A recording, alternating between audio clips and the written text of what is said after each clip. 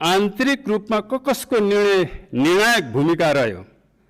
तथ्यहरूले के स्पष्ट गर्दछन् भने मुख्यतः नेपाली सेना, ब्युरोक्रेसी, सुशीला सरकार, कार्की आयोग, बारबरा फाउन्डेसन एनजिओ आदि संस्था तथा पात्रहरूको यो विजयमा निर्णायक भूमिका रह्यो। त्यसैले ती संस्था तथा पात्रहरूलाई पनि म नेकपा एमालेको तर्फबाट धेरै धेरै बधाई भन्न चाहन्छु। सम्माननीय सभामुख महोदय, यो जादुमय विजयका लागि बाह्य दृष्टिले कसले निर्णायक भूमिका निर्वाह गरे?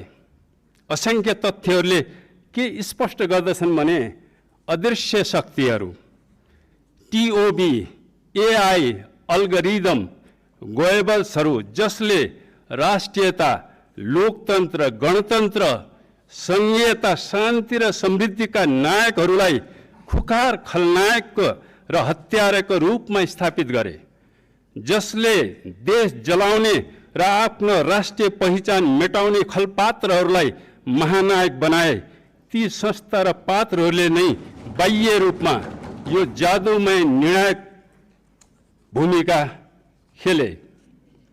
त्यसैले यस ऐतिहासिक क्षणमा म ती सबै पात्रहरूलाई पनि नेकपा एमालेको तर्फबाट धेरै धेरै बधाई भन्न चाहन्छु। सम्माननीय सभामुख महोदय, यो चमत्कारिक विजयले के असाधारण प्रश्नहरू जन्माएको छ। कुन उद्देश्य प्राप्तिका लागि सिंहदरबार, शीतल निवास, बालुवाटार, सर्वोच्च अदालत, राजनीतिक नेतृत्व र निजी निवासहरू, प्रहरी चौकी, व्यावसायिक प्रतिष्ठानहरू सुनियोजित ढङ्गबाट जलाइयो?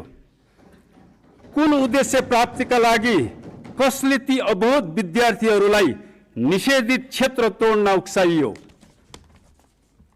कुन उद्देश्य प्राप्तिका लागि हतियारबद्ध टिओबीहरू 23-24 गते तिलस्मी रूपमा प्रकट भए?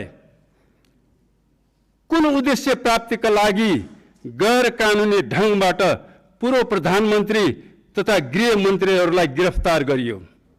कुन उद्देश्य पूर्ति गर्न राजनीतिक नेतृत्वहरूलाई गिरफ्तार गर्ने प्रपञ्च रचिँदैछ? कुन उद्देश्य पूर्तिका लागि देशव्यापी रूपमा दमन चक्र र राज्य आतंक मचाइँदैछ? कुन उद्देश्य प्राप्तिका लागि विद्यार्थी तथा पेशाकर्मीहरूको सङ्गठित हुने मौलिक अधिकारलाई बलात् खोसिँदैछ?